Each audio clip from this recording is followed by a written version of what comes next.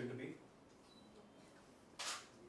You this time इस बार मधु जी बताएंगे You. कि पैगाम मोहब्बत का असली पैगाम क्या है और ये कहाँ से इसकी इब्तिदा हुई और इसकी इजाद कैसे हुई मधु जी, सब कुछ आप बताएंगे। इस प्रोग्राम में मैं सिर्फ गजल गाऊंगी, बात तो आप करेंगे ना, तो हाँ, अच्छा लेकिन सा पेश ये रहेंगी लेकिन बाकी सब कुछ हम पेश करेंगे।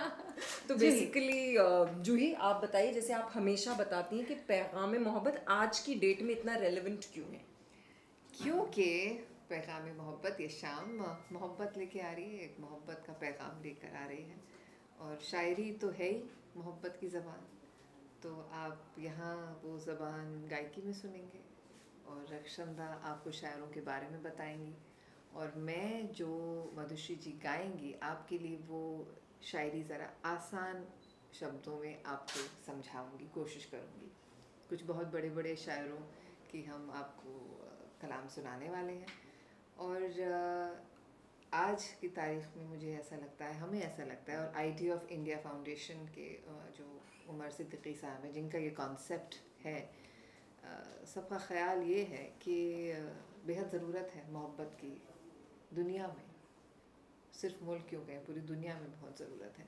तो हम अपनी तरफ से एक छोटी सी कोशिश है हमारी कि हम शायरी के माध्यम से आपके पास आ रहे हैं और एक खूबसूरत आवाज़ के ज़रिए आप सबके दिल को छुएंगे शायरी की ज़बान। Ghazals with explanation is a very beautiful and inclusive concept जी।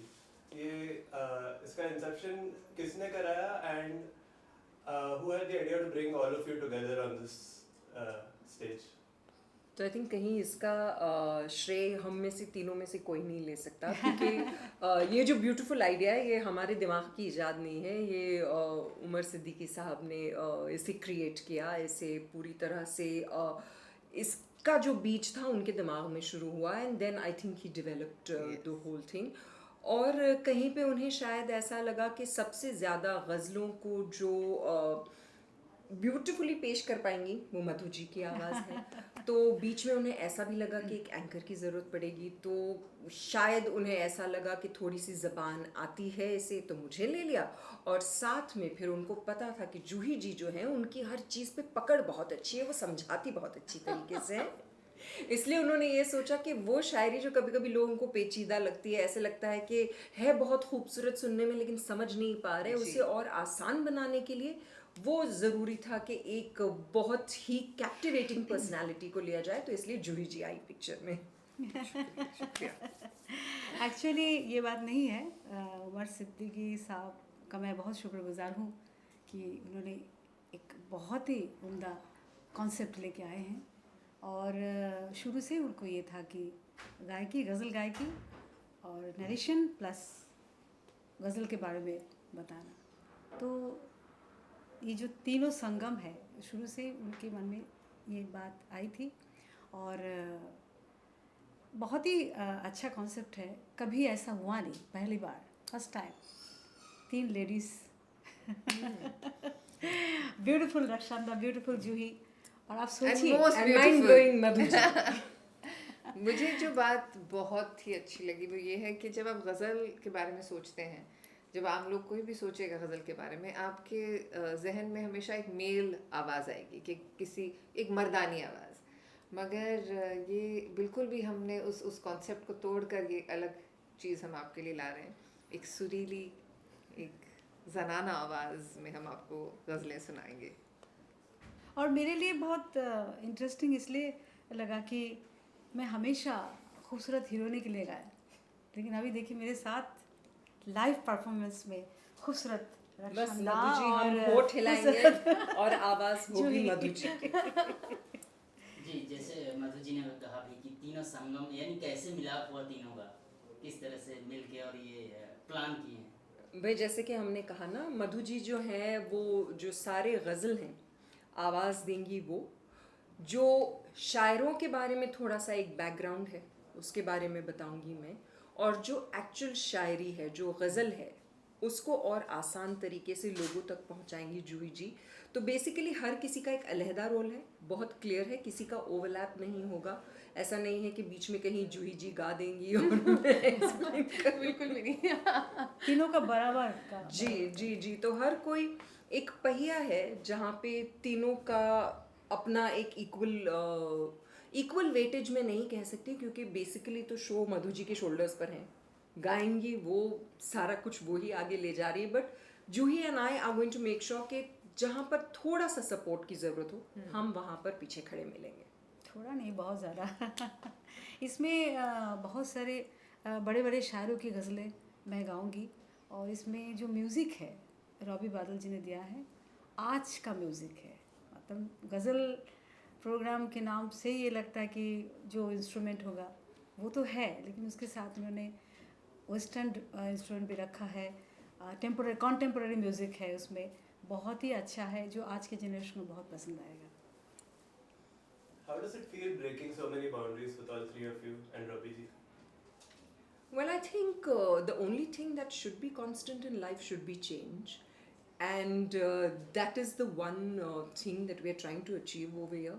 लोगों का जो perception है कि गज़ल एक तरीके से गाई जाती है, उसका एक तरीके का साज होता है, एक तरीके का उसका टेम्पो होता है, एक तरीके का प्रेजेंटेशन होता है, that is something that we are trying to get into a different mold. Yes. Obviously उसकी जो रूह है वो हम कहीं बदलना नहीं चाहते, because that is the basic real star of it all. उसकी रूह को कायम रखते हुए उसका ऊपर का चोगा जो है थोड़ा सा हम और कंटेम्प्रेरी करने की कोशिश कर रहे हैं, हल्का सा चेंज करने की कोशिश कर रहे हैं। इब्तिदाई इश्क है, रोता है क्या, आगे आगे देखिए होता है क्या। Is there anything else about the event you'd like to tell us? बस आइएगा ज़रूर, क्योंकि इस तरह का कॉन्सेप्ट, इस तरह की कोशिश बार बार देखने को नहीं मिलती है, और हमारी ये कोशिश है कि बार बार देखने को मिले। इसलिए आपका इस शो में आना बहुत ज़रूरी है कि इस शो की जब हम सक्सेस देखेंगे कि कैसा गया, कितना अच्छा लगा लोगों को, तब हमारी हिम्मत बढ़ेगी कि हम इसके और शोज कर पाएँ और लोगों तक के मोहब्बत का बिल्कुल, पैगाम हमारे देश पहुंचा की जो सकें। तहजीब है उसे कायम रखने के लिए शायद ये बहुत एक इम्पोर्टेंट Yes. कदम है जो आगे बढ़ाया जा रहा है। बिल्कुल। और जब तक आप हौसला अफजाई नहीं करेंगे शायद किसी की हिम्मत नहीं बढ़ पाएगी कि और ऐसे कदम उठाए जाएं। इसलिए जितनी ज़्यादा तादाद में कल लोग आएंगे, मधु जी को सराहेंगे, इस कॉन्सेप्ट को सराहेंगे, शायद लोगों की हिम्मत उतनी ही बढ़ेगी कि आगे जाके ऐसे और कॉन्सेप्ट्स भी पेश किए जाएं। Where can our audiences come see you perform this beautiful concept? कल शाम यानी कि 8 October 2022 at Yashwant Rao Chauhan auditorium 7:30 PM onwards. Be on time. Thank you. Thank you. Thank you.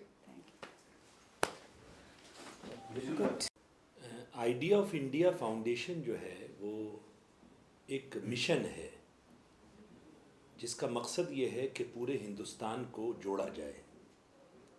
आज हम हालात अगर देखें तो हम सब बिखरे हुए हैं, किसी न किसी सतह के ऊपर हमारे जो छोटे छोटे डिफरेंसेस होते हैं इस वजह से हमने अपने आप को बांट रखा है। तो सबसे बड़ा जो मकसद है आइडिया ऑफ इंडिया फाउंडेशन का वो ये कि कम्युनिटीज़ को, लोगों को, मुख्तलिफ़ तबकों को जोड़ा जाए आपस में, क्योंकि हिंदुस्तान की जो तरक्की है वो असल तरक्की है जब हमारी यूनिटी होगी, जब हम साथ में होंगे। हर तबका, कहीं भी हो, गांव के रहने वाले हों, शहर के रहने वाले हों, मुख्तलिफ़ कम्युनिटीज़ हों, उन सब को हम साथ में जोड़ें। इसीलिए ये नाम रखा गया है पैगाम मोहब्बत। ये बिल्कुल एक ऐसा एक आइडियल वो है कि एक ऐसी जगह पे हम सब जमा हों। अच्छा, माध्यम जो है, जो ज़रिया होता है वो लिटरेचर होता है, कल्चर होता है, ज़बान होती है। गज़ल की जो ज़बान है वो ख़ुद जोड़ने की ज़बान है। वहाँ पर कोई भी ये डिफरेंस नहीं होता कि ये कौन है, कहाँ से आया है, किस तबके का है। कोई एक शेर होता है, इंसान को ऐसा हिट करता है कि वो ज़िंदगी भर उसको गुनगुनाता रहता है। तो इसी को सामने रखते हुए एक ऐसी चीज़ हम लोग लेकर आए हैं कि जिसमें गज़ल को पेश किया जाए। हमारे रॉबी बादल साहब ने उसको बहुत खूबसूरत अंदाज से नायाब गज़लें जो मुख्तलिफ़ हमारे बड़े शोरा जो पोएट्स गुज़रे हैं, गालिब से लेकर गुलजार दहलवी साहब तक जो है, जिगर मुरादाबादी साहब, उन सब के गज़लियात को हम लोगों ने एक जगह पे जमा किया। अच्छा, उन गज़लों को लिया जो आम फहम है, जो लोगों को समझ में आ सके, ये भी इम्पॉर्टेंट होता है। आजकल अगर आप देखें तो धीरे धीरे हमारे यहाँ से लिटरेचर का जो मिजाज है, अदबी जो मिजाज है, वो ख़त्म होता जा रहा है। तो इस एक पैगाम मोहब्बत के ज़रिए से रिवाइवल ऑफ लिटरेचर भी है, कल्चर भी है, revival of love, peace and harmony है। यही इसका मकसद है आइडिया ऑफ इंडिया फाउंडेशन का, कि पैगाम मोहब्बत के ज़रिए से लोगों को जोड़ा जाए। Ravi ji, how was it composing for this event? Like, I think एक काफी beautiful, inclusive concept है, काफी नया concept है जहाँ गजल को explain किया जाए पूरे like new crowd के लिए, for the younger audience as well. So, how did you change your compositions to like affect this? पहले तो मैं उमर जी के बहुत शुक्रगुजार हूँ कि उन्होंने मुझ पे विश्वास किया कि मैं ये काम कर सकूं। और जब इन्होंने कहा, और हाँ करने में मुझे बहुत घबराहट सी हो रही थी, क्योंकि जो गज़लों जो शायर के इन्होंने नाम लिए हैं वो बहुत दिग्गज हुए, और उन शायरों की धुनें बनाना और आज के अंदाज में पेश करना वो कोई आसान काम नहीं है, बहुत मुश्किल काम है। क्योंकि आज जो जनता पब्लिक सुनती है वो नए अंदाज से सब चीज़ सुनती है। आप जानते हैं, उमर भाई भी कह रहे थे कि शायरी किस तरह से कहाँ पहुँच गई है, जिसमें अल्फाज के कोई मायने है ही नहीं, कोई भी वर्ड्स की भी मतलब जो वर्ड्स के हम मुंह पे लाने के लिए घबराते थे, आज वो मेन स्ट्रीम गाने में लाया जाता है। तो एक तरफ तो मैं बहुत खुश हुआ कि इन्होंने ये मुद्दा उठाया कि भाई हम पुराने शायरों की गज़लों को पेश करेंगे और इसको आपको बनाना है, नए धुनें बनानी है।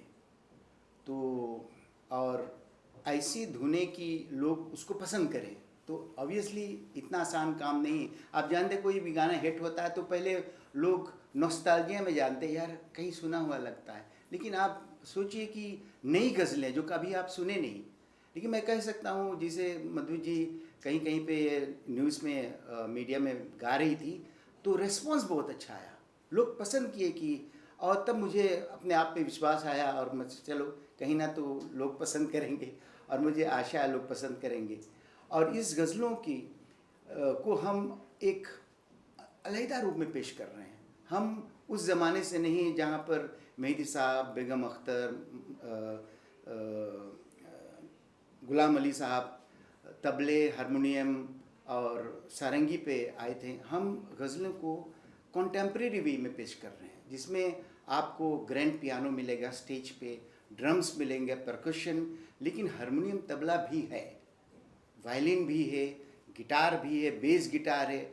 आप, मुझे लगता है कि मुझे पूरा आशा है कि ना सिर्फ जो लोग उम्रदार है गज़ल को पसंद करते हैं, लेकिन आम जो पब्लिक है, नॉर्मल बच्चे भी इसको पसंद करेंगे। तो thank you very much Umar भाई। मुझे लगता है जो आपका पार्ट है, जो आप ये मैसेज, पैगाम मोहब्बत का मैसेज जनता को देना चाहते हैं, इस मौसीकी के द्वारा हम अब ज़रूर कामयाब होंगे। शुक्रिया। Thank you sir. Thank you.